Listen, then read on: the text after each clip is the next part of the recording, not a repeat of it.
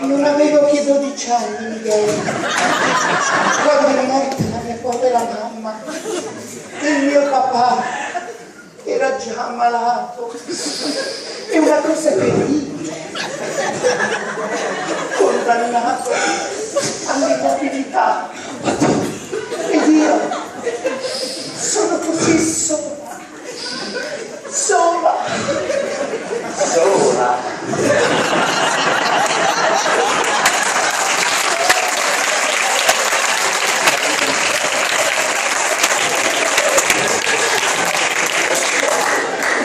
Come deve essere triste la vostra vita, sorellina mia. Ma come mai, bambina, siete da sola in questa grande casa? Non avete fanciulle della vostra camera di compagnie amiche? Hai qualche amico da presentare? In verità faccio volentieri a meno delle compagnie femminili. Non c'è una gaffa. Le fanciulle della mia età sono scioccherelle. E poi sono così invidiose. Conduco una vita ritirata. Casa e chiesa. Chiesa e casa. Casa. Chiusa.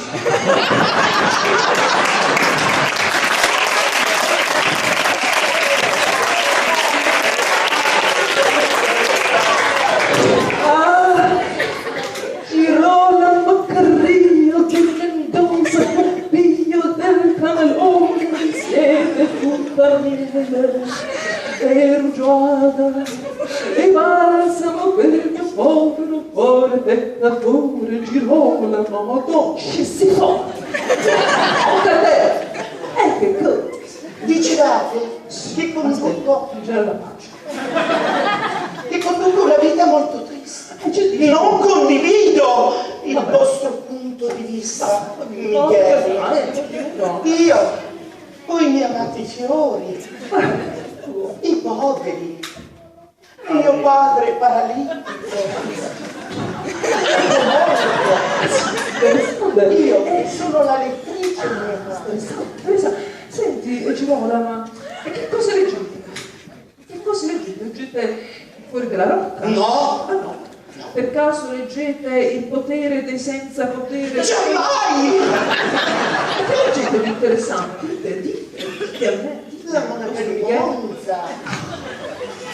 la chiave, Miranda, i microfoni che vanno e vengono. Gola, ma Don Miguel, avete l'aria di essere turbato? Che dici tu? No, Girola, Cardiglio del Mendoza, del Canalone, non è colpa vostra, è colpa mia. Orsù, porgetevi questa, me la porgereste, questa delicata mano, me la porgereste? Su, sono domande da porci.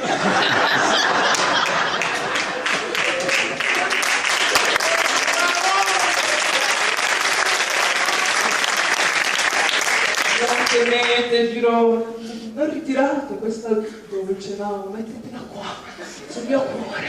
Sì, un cuore. Ma parliamo di cose serie. Ho già chiesto di voi a Don Fernando. Mi ha narrato dei vostri trascorsi interessanti. Burrascosi. Modestamente. Raccontate le vostre attività. No, mi prendo per Aprite! Donatevi! Ma che ci fate? No, io devo dire il vero, sono forte, infatti no. Io quando una donna mi conosce, fa secco come la cozza, non se ne va più. No, ma io ho fatto la strada, modestamente, io ho fatto una strada, cioè donne, serve, giovani, vecchie, grasse, insomma, che entrava, l'altro che usciva, io venivo manicomio, non si capiva ladri, 2 a 2, 3 a 3, un giubileo, Girona, un giubileo. No, non mica cosa, quelle disgraziate delle cameriere del Miramonti. Madonna, hanno detto, senti che tu vai giù, aspettaci, che noi finiamo qua di conservare la tavola, di servire, e che poi veniamo da te. E io ancora ad aspettare sto a questo.